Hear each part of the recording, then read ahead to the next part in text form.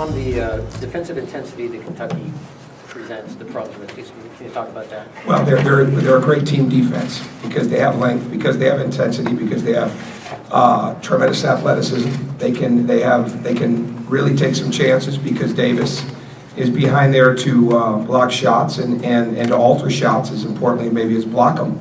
So to me, that's one of the greatest areas of improvement that they've made is that team defense is really, really good. From a competitive standpoint, I mean, you guys are in the Sweet 16, so I know that it wouldn't make a difference who you were playing, but because it's Kentucky, because it's a rival, I mean, just how much even more focused are guys? Oh, I think they're focused here regardless. I don't think that has as much to do with it as you might think. I think they know because they've taken every game, all year long for what it is, hence the 27 wins that we have. I mean, they've really done a great job with that. I think they know that there's a lot of hype surrounding this. They know that it's at a big time of the year, but most importantly, they know that Kentucky's really good. Well, Tom, when you look at the options you have for defending the point guard, Christian's done it, you've had other guys do it. When you look at how Teague's played, kind of how do you go about figuring out, what your options are and how you might? Well, we have to play great team defense. It's not as much about an individual matchup as it is about how good our team defense is. They showed a good ability to make three-point shots in their last game. How concerning, I guess, is that? Because the previous four they had struggled. I think they're a very good three-point shooting team. I think they're like us in the sense they don't take a lot. We're a very good three-point shooting team because we don't hunt the three, and they don't either. And we take the three as part of the offense, and we don't take the three as the majority part of it or the necessity part of the offense. So I think they're the same way. I think they've got excellent shooters. All you have to do is look at the fact that Anthony Davis has taken threes now, and he's a very good rhythm shooter. Darius Miller is really on a roll. Certainly Deron Lamb is an excellent shooter. Marcus Teague is coming off an excellent game. Jones has been able to shoot the three since he got there. So list goes on and on. And Wiltshire, obviously. Gilchrist can make threes. So you can't look at them and say, well, we're not going to guard this person here, we're not going to guard this person there. You've got to be aware of all of them, and that's an area where they're really, really dangerous because they don't put a player on the floor that can't impact winning on the offensive end or the defensive end. And then I think the biggest thing, like, John is such a good coach for a lot of different reasons, but maybe this year, more than ever, that team really, really shares the basketball. And when you look at the talent on that team, and when you look at the upside of that team and where some of those players are just really scratching the surface of where they're going to be in basketball in their careers, and he's got them moving the ball like that, and that's really, really strong. And I imagine that's hard to do, but he's done a phenomenal job of that. And I think that's one of the reasons they've improved, but also that's one of the reasons they've won so many games, and they've won so many games in a row going into the Vanderbilt game. You guys have had a number of really emotional wins this year, and the experience of that, does that help these guys bounce back to getting to even keel a little bit quicker? I think so. We're going through, the time now is that we're still trying to recover from the West Coast time. We were out there all week, and I'm glad we did. I'm glad we went when we did, because it allowed us to really get entrenched in what we were trying to do and get our bodies where it needs to be. Well, there's a flip side to it, and people can think it's easy. It's one thing to get off a plane and have to go about business. It's a whole other thing when you've got all this surrounding them and they've got to get their bodies back and back in school and be playing at a high level against as good a team as there is in the country. So we just got to continue to work through the process on that. But they're pretty even-keeled. They're very locked in. Does familiarity in a game like this, help with the players? Or does it allow you to do more things during the week in preparation because these guys are already pretty familiar? Well, there's no question. We've got the game was so long ago that they're a different team, and as are we. But because they have a different team, more or less, they have different strengths. So we do have to be able to do different things conceptually and schematically on both sides, offensively and defensively. But these guys are used to that. They're used to adding things. They're used to tweaking things. They know that's a part of what we do, and they really picked that up well. I mean, even the other day, they were so locked in, I know I've referenced this, but to run a play at the end of the game that they'd never practiced, and really to succeed in it 3 times in a row, whether it was Cody scoring, Cody getting fouled, or Victor scoring and getting fouled. And I think when your team has that ability to pick those kind of things up, you can have a little more freedom in practice to really game plan with that. And then you can adjust a little bit, maybe easier during the game. But with all that being said, this team is so talented. Kentucky is so talented that if there was ever a time where the theme or theory, there's very little room for margin of error, it's this one. Coach, Daniel Miller wished you be in Indianapolis. How important are the fans? Obviously, this game is taking place in Atlanta, and you want to pack the house there. Oh, absolutely. I mean, there's no question, and we have a picture in our locker room from the Georgia Dome when Indiana played the national championship game, and you can see just a sea of red in there then, and would love to see that. And it sounds like we're going to have a lot of fans there, a lot of people making plans to go. I hope the students aren't skipping school too early. I hope they're going to wait and get their classes done and then get in. But I think we'll have a great crowd. I know Kentucky's planning on a great crowd. Xavier's not that far away. I mean, I don't know how Baylor travels, but the bottom line is it's a Sweet 16 game. Our fans have been outstanding, being so with us for so long, inside of this process, obviously for decades, but inside of us with this process, that I really hope a lot of them will take the opportunity to go. You said they're a different team. How are they different? What's the biggest difference between them and December? The team defense, I would say, for one, and I would just say, like any team, they're better offensively. They've added things. Davis with the shooting. I mean, there's so many different things. They move the ball really well. I mean, so you can tell that they go to their strengths. I think they know what their strengths are. So they really work hard at going to their strengths. And the other thing they're doing right now is they're really finding matchups that they want. And whether it's isolating someone in a post, putting somebody at the elbow, coming off of a dribble handoff, doing a lot more for Miller in his catch and shoot inside the arc is as good as I've seen it, and he's getting it off quick. I mean, there's a laundry list of where their improvement is, but I would start with the team defense, and then I would say that they're really, really playing to their strengths on offense. Talk about the improvements that they've made. When Marcus was playing like he did against Iowa State, and even the second half of the first meeting, how much problems does that really present? Well, he's got great quickness and explosiveness. So if you let him get in the paint and make plays, he can do that with anybody in the country. There's no doubt about that. So you just can't let him in there consistently or even sporadically. You've got to do a great job of keeping the lane covered as much as possible. That's easier said than done because they're shooters. They're hard to match up with because, like I said, a lot of teams we play, and certainly most teams at this time of year, they're not putting anybody out on the court that can't make shots, that can't score. Kentucky's got guys that can do a lot of things. I mean, they can rebound the ball at a high level. They can drive it. They've got a lot of multi-dimensional guys in the sense that they can score from three, they can score on a pull-up if they want it, or they can get all the way to the rim. And then you start to add the offensive rebounding abilities of Davis, Gilchrist, Jones. That's really strong. So we're going to have to be completely aware and locked in. Our team defense is going to have to be fantastic. Our weak side defense certainly. We've got to defend penetration as much as possible. So they don't give you many places where you're going to get a break. In your Good. You talked a lot about Calipari and the friendship that you guys had. Could you just talk a little bit kind of how that developed and how you guys really got to know each other? We've been friends for a long time. We've been friends for a long time. I've got a lot of respect for him. Even if I didn't know him very well, I would put him up with anybody as far as a basketball coach.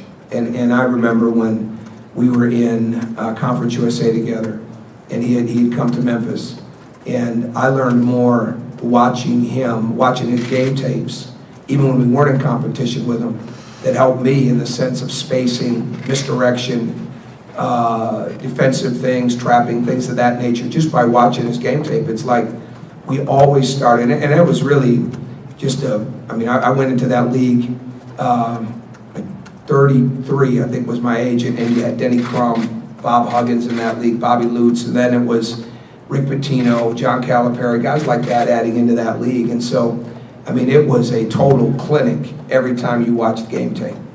And John just continues, I think the biggest thing, he just continues to evolve in so many ways with his basketball. Because for as good as he is and as much talent as he has as a coach and with his team, he's constantly asking questions, looking to adjust, looking to add. And a lot of guys at his level that are on the career path he's had, that they wouldn't have to do that. He does. I think that's one of the reasons that he's such a great coach, and that's a big part of our friendship, is being able to talk basketball and to compare notes and to do those things. And I learn as much from him, watching him coach and watching how he does things with his teams, as much as anybody out there.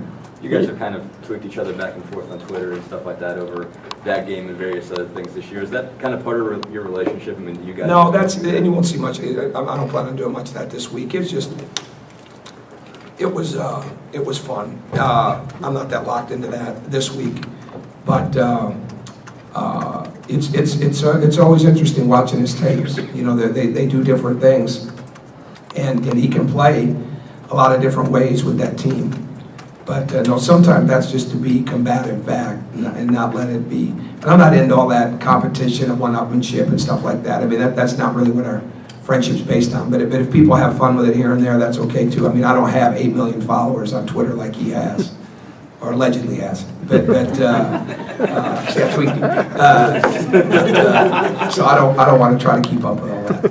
Now, you know, he said he was going to put in all sorts of new offenses for you this week. Do you? Yeah, we put in new offenses on the plane the other day coming back, so that works both ways.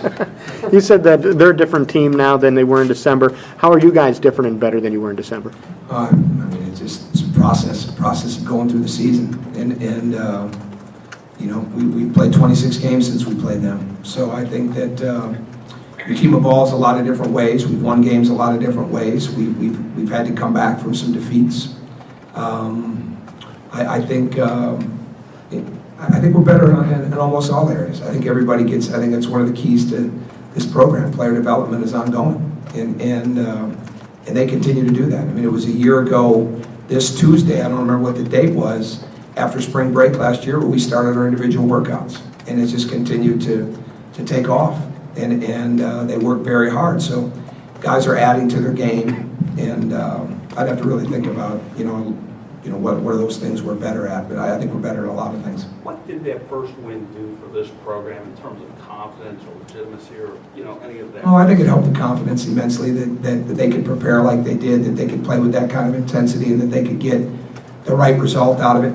And I think very importantly, though, I think we learned a lot in that game. I think we learned how we almost squandered it and gave it back because we rushed shots. We made poor decisions. We didn't guard the dribble as well.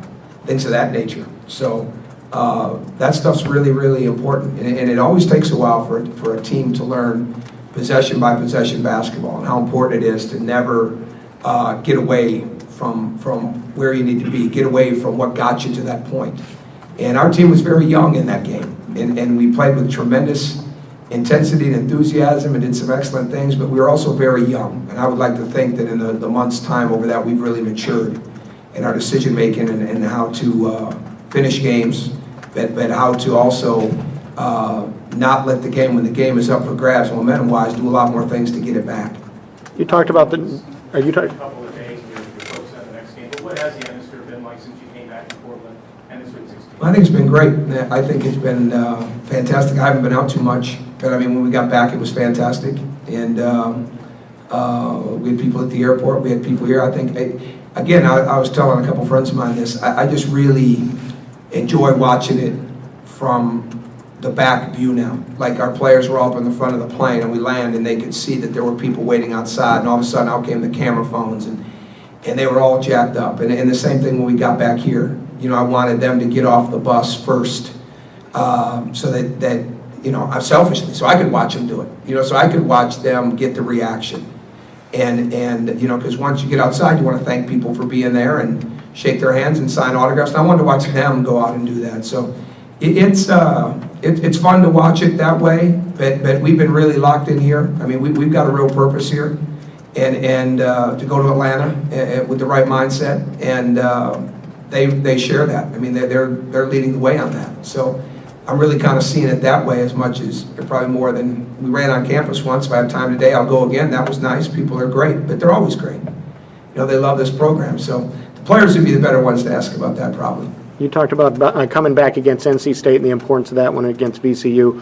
with the stakes are so high and you guys did it against VCU, what can that do for this team now having that experience? Well, I just think it's another one. It's another one in a really high pressure, bright spotlight type of situation.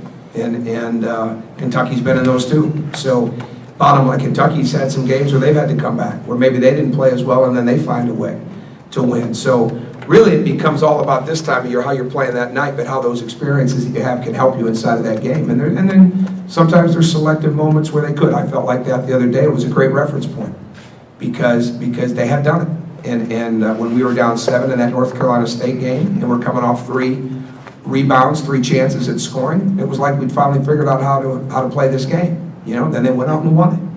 And a lot of that was the same thing the other day. I mean, when they're locked in, you know, they may need a few reminders here and there, but they're pretty sharp when they're locked in. Tom, could you just talk a little bit about Anthony Davis and Cody Zeller, just how good the two are and how they both impact their own programs? Well, they're 2 different players. So in the sense of Anthony Davis, he's getting better. He's added the jump shot, certainly, to his game. He's set every block shot record probably that there is for freshmen in college basketball, I think. I mean, he alters shots. He gives his team a lot of confidence to get out and take some chances and really get after the ball because they know he's back there. And you just can't let him roam free. I mean, he's very, very good. And there's just absolutely no way to duplicate how quick he gets up, you know, for a dunk. You know, how quick he can rise. And he's going to be fantastic. You see him getting better throughout the year. Cody, same way, just continued to improve. They're 2 different players, but they're 2 young players that got a big part of their team, and they just continue to improve at an extremely high level. And I don't think Kentucky's had to play without Anthony Davis much this year. And hopefully we won't have to play without Cody much on Friday night. Hey, Tom, is there something you feel like, what 1 or 2 things you've got to do on Friday night, otherwise it could be a really long night against a team like Kentucky? I don't think like that. I don't think like that. We've got our game plan. I don't think in the terms of it being a long night. I think in the terms of us doing the things that we need to do to be successful in the game and what we need to take away from them. You talked about the development of Will, not just from last year to this year, but maybe from the first time you saw him in high school to now. Oh, I think better with the ball. Certainly a better 3-point shooter. Way better. And he had a pretty good defensive mindset, but way better going into really seeing himself as a stopper. And, you know, he came with the cerebralness, he came with the mid-range, you know, he could offensive rebound. He's got to do even more of that, I think. But he just don't run better play. The biggest difference, he's a lot stronger. He's a lot stronger. But he was really well coached by his high school coach, Adam Ross. That's the one thing that you really get with Victor and Will that you don't know as much about because they weren't from Indiana, but they were extremely well coached year-round. You know, whether it was their high school team or whether it was their summer teams. And extremely. And that helps. And they came in with tremendous work ethics. And I think Will, like Victor, and you didn't ask about Victor, but the 2 of them are very much the same in the way that since they got to Indiana, they have made Cook Hall a big, big part of their life in the way that they're in there in the office. In Assembly Hall, obviously, too, but in the summertime especially with Cook Hall. And I think you see the product of their development, you know, the way that they work. And it's not just about practice time for them. It's about the extra time, too, and they spend a lot of time at it. How did you first hear about Will or come to find We knew his name, but we hadn't done any work. Really, it came from Darren Horn, who was the head coach at South Carolina, worked for us at Marquette, and Mike Hopkins at Syracuse, who'd been recruiting Fab Melo, his teammate. And those were the 2 guys that probably were helping us before we could help ourselves. And they were selling us to Adam Ross. And you know, that's what friends are for, great friends. You know, people that believe in what you're doing. And we just kind of took it from there and got to know Adam and got to know Will in a short period of time. And there was no question. First time we went to see him at a practice, open gym type situation in Florida, when we offered him that day, there was no question. And then we recruited him. It was relatively whirlwind, but he put a lot into the academic decision part of it too, and so it was really easy to sell his school academically. What was that first practice like after you beat Kentucky the first time in terms of the mindset and that sort of thing? It was really good. And I tell you, the 2 that led the way, I said it back then, were Christian and Victor. I mean, not Christian, but Christian and Burdell. Christian and Burdell really led the way. There was nobody that came in that we had to bring back to earth or sequester, none of that. I mean, they came back in ready to go, but I thought Christian and Verdell that day really stood out and how competitive they were. And it just kind of took off from there. We've had very few bad practices. Today it wasn't bad. Today was a sense of we've got to get, Kentucky traveled an hour. We had to go 4.5 hours on a plane and be in 3 different time zones. So we've got to get our bodies back. That's going to take a little time. So we got a lot done today and pushed through it. And I was proud of the way they attacked that, even though I know they're a little tired. Coach, you talked in Portland, I can't remember after which win, but just about how this entire experience has made you a better coach, a better person, all those things. Could you elaborate on that? Like, how are you a better coach? How are you a better person? What has this done? Oh, I think it's constant. I think if you're not getting better, it's like everything else. You're getting worse. You owe it to a lot of people to improve. Yourself. You owe it to your family. You owe it to your team. I think, I'm not sure when you coach and when we were having the success at Marquette, I don't think we ever took it for granted. I don't think it ever worked that way. We were always pushing, always pulling, always hungry. But you get here and you find it's a lot harder to get because of what we're dealing with, and things are a lot harder to come by in the sense of winning games and getting your team where it needs to be. And you realize that you've got to be clicking on all cylinders. That it's never just about talent. It's never just about lack of talent. It's about everything being in place. And I think that's what we kept pushing for all the time, is to make sure, okay, as we get this team better, as they keep improving, let's make sure we've got everything moving in the right direction. So when we do get better, we didn't miss it over here, we didn't miss it over there. And I think it's the same way in your life. I don't think there's any question that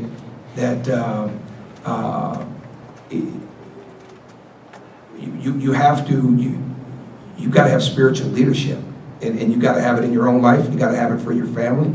You've got to have it for your team. I mean, because you're going through so many hard times that have so little to do with the result on the court. And the result on the court is what everybody sees. It's the process, and that's how hard it is to get to that process. And there's got to be belief. And there's absolutely no way around that without, in my mind, without having just an incredible faith and belief in God that He's going to help see you through it, that there's a plan for it. And that you've got to have Him guide you to build on your tools, and you learn along the way. Like I said the other day, that He expects you to do the work. That it's not like you come out and say, well, I feel like I'm a better Christian, so things will be easier. No, it doesn't mean anything. It could be harder. It could be a lot harder. But let's not try to figure it out. Let's just make sure we do all the work and we've got everything in place, and that you keep your priorities straight. And I'd like to think that over the last couple of years, we made strides in a lot of areas, and I would think that would be one of them, because you really do realize when you're in some fights like we've been in to build up, that you're certainly not doing it by yourself, and you may not see who's helping you, but He's there. Okay. All right, thank you. Thanks, Coach.